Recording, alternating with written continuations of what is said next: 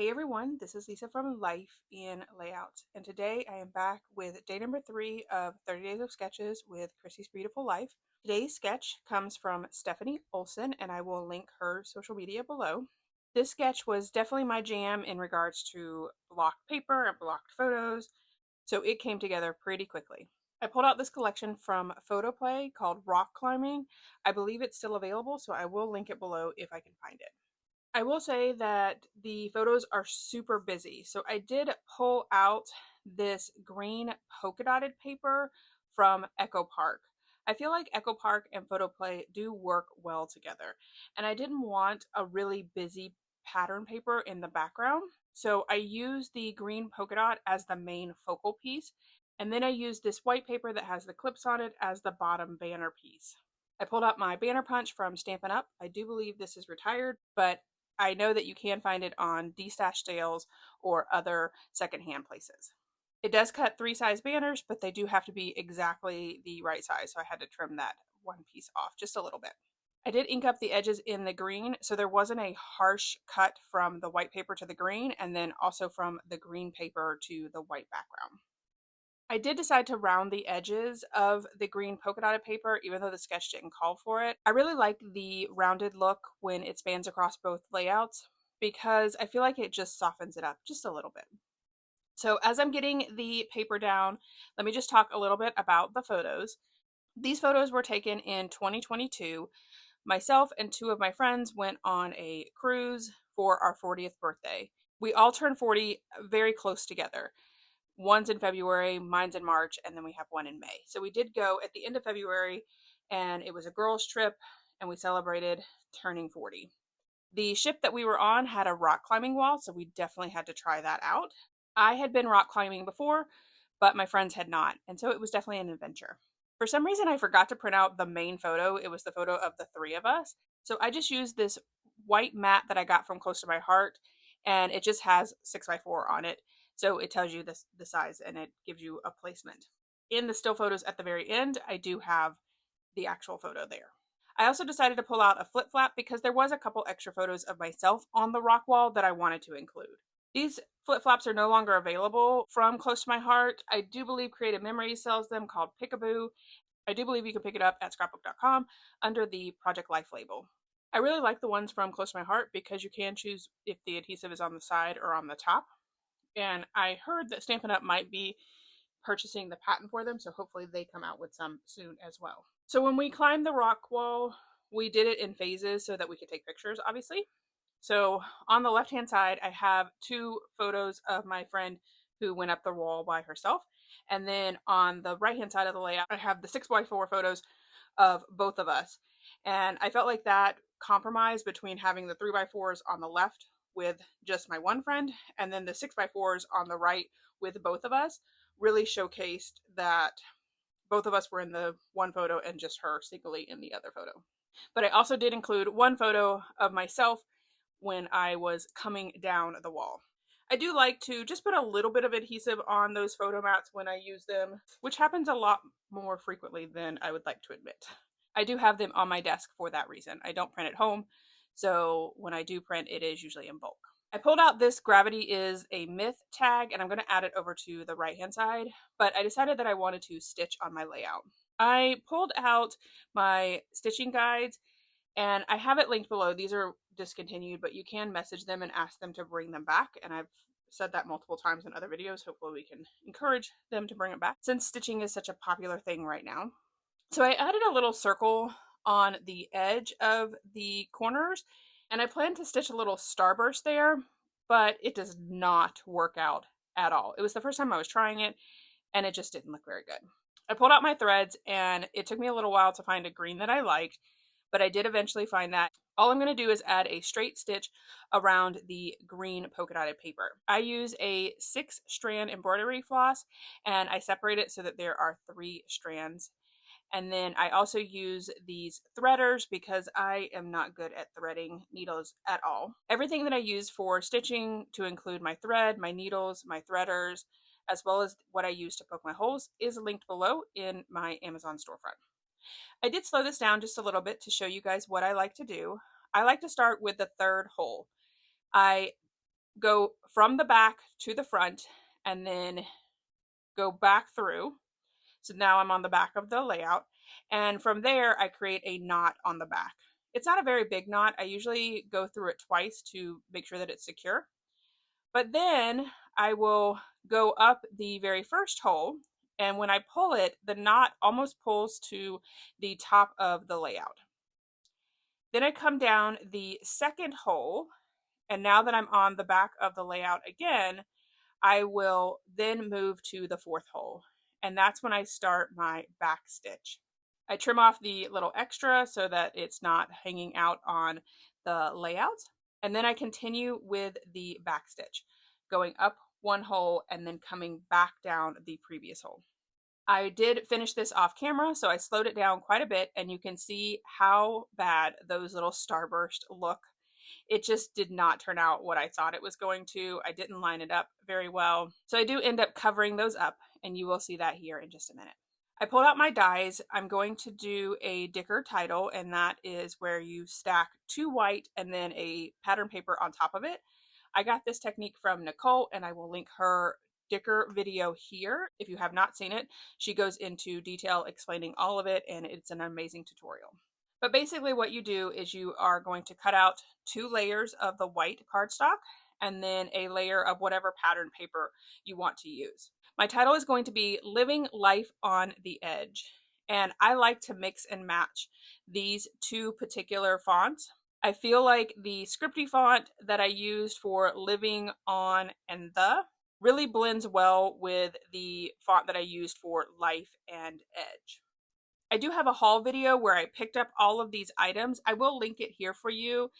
It includes the little tool that I'm using here. On one side of it, it has the wax piece that helps you pick up the pattern paper or the white cardstock. And the other side is almost a poker tool. And I use that to help me move around the pieces once I have the glue down and make sure that the letters are in place. I am also using my glue press at this point. I love this thing. I've had it now for a couple of months, and I know a lot of people have been purchasing it recently. I would say that it does still clog. I feel like any glue that has a fine line bottle is going to clog, but it's not something that's going to prevent me from using it. I enjoy using it. I enjoy the fact that I don't have to put a lid on it. Actually, I have no idea where my lid is right now. There is a spot for the lid. You can see in the video that it's there, but I'm recording this a little while after I created this layout, and I have no idea where the lid went. I've just been using just a regular stick needle to stick inside the bottle when it does get clogged. I'm also using a silhouette mat that I cut down, and I like having that because it helps me decide where I want to place the letters, and I'm able to move them around before I put them directly on the layout. I will say that I really like the way that I put this title together. I like the fact that I have both the scripty font and the block font on both levels. The word living and life are on this first level, and then on the edge is on the second. And I just feel like they nestle really well in between all of the letters. I tried to make sure that the letters that were hanging down, like the G and the F, snuggled inside of the other letters that are on the second row. Because I had that photo that I needed to place down, I have not glued down the letter G just yet. I will eventually just put the top part up, and then once I get the photo down, I do go ahead and put the bottom part of the G on top of the photo, but that will be done all off camera.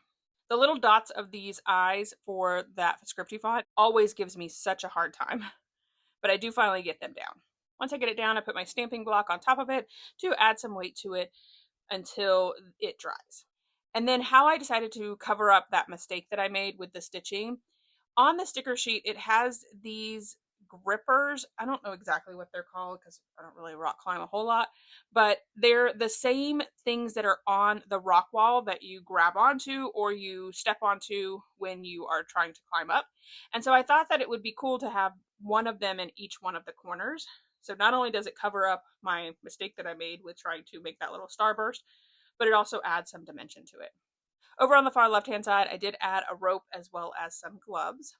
And then I pulled this tag back out to add some ribbon to.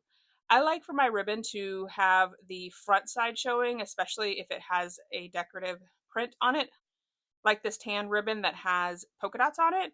So normally what I do is I will cut the ribbon and then use a staple to staple them together. I was really struggling with it at this point, so I did use some liquid adhesive and my tweezers to hold it together while the glue dried. So while that is drying, I pulled out my confetti stars. I'm going to add a bunch of stars around the layout as well.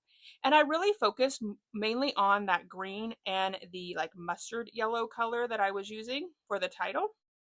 So I used the same techniques as the Dickers where I placed 2 white cardstocks together and then on top of it add a pattern paper, or in this instance, the colored cardstock. This die tends to sell out quite a bit. I have actually purchased 2 of them because I do enjoy using them. I will link it below. If it is sold out, there is a notify me button and scrapbook.com will email you when it does come available. Once I got the stars together, I went back to that tag and added some liquid adhesive on the top part. So before I did it on the bottom and now I'm doing it on the top. Then I put the tweezers back on it to hold it in place while it dries as well. I also decided to pull out my wood veneer box. In my wood veneer box, I also have these cork stars. I thought that the cork would be a really nice contrast to the green and the yellow. So I do add a star up by the title. And then at this point, the adhesive was dried on that ribbon, so I added it over to the right-hand side. Around the corner where the little gripper pieces are, I decided to add enamel dots as well as tiny stars. And then I'm also adding enamel dots and tiny stars to all of my clusters. I have the enamel dots in orange, and then I also have these enamel dots, but they're like a matte color, and I really enjoy them. They have no adhesive on the back, and I actually have no idea where I got these. I tend to purchase my enamel dots from Peachy Cheap. It's a daily deal type place where they send you emails for the deal of the day, and whenever they have different types of enamel dots that I don't maybe have, like these matte ones, I will pick them up. As I'm getting the rest of the enamel dots and stars down, I do want to encourage you guys to check out the list below of everyone that is playing along with 30 Days of Sketches from Chrissy's Beautiful Life. Super excited that she is doing a series for double pages. So the entire month of October, you will only see double page sketches. Now, some people may turn those double page sketches into a single page layout. It'll be interesting to see how everyone interprets the sketches this month. If you are new to my channel, know that this channel is focused mainly on double page layouts. I will tell you that probably 99% of my layouts that I create on my channel are double pages, as well as I tend to add lots of photos on my layouts. This layout calls for 6 photos, which I was able to get, but with the flip flap, I added 2 additional photos, so that gave me a total of 8 photos on this layout. I pulled out my journaling die, and as you can see here, I did a bunch of journaling. I've been doing bulk journaling for the sketches this month. I tend to work in batches when I'm doing a big project like this. So I'll work on a bunch of layouts and then I'll create a bunch of journaling and sit down and put all of the journaling together at one time. So you can see over in the upper left-hand corner, I have another stack of journaling that I need to work on, which I won't show you in this video, but just know that when I say that I journal off camera, this is what I mean. I tend to journal in bulk. But I specifically wanted to add the journaling to this particular layout because I wanted to add the enamel dots and stars clustered into my journaling. So my journaling says, the climb was a cardio adventure, but the view at the top, totally worth it. Tiffany, Jennifer, and I conquered the rock climbing wall, scaling it like pros for a breathtaking view over the deck. And this layout will go with all of my other cruise layouts, so it will be obvious that we were on the ship. So I didn't feel like I needed to add that to the journaling. Once I got the journaling down, I then went ahead and added those stars and enamel dots and nestled them into my journaling. And then at the very bottom of the layout, I do add the date. I like to use a roller date stamp, and I usually end up adding the date 3 times. It gives it a messy look so that it makes it look like I intentionally did not stamp it properly, since I never can do that. All right, guys, that is it for this video. Here is my final layout as well as some close-ups. Make sure you check out everyone linked below and see how everyone else interpreted this sketch. And I will see you guys tomorrow. If you enjoyed this video, if you wouldn't mind giving me a thumbs up, I would really appreciate it. If you haven't done so already and you want to see more double page layout inspiration, make sure you hit that subscribe button. Thanks everyone for watching, and I hope that you have a scrappy day.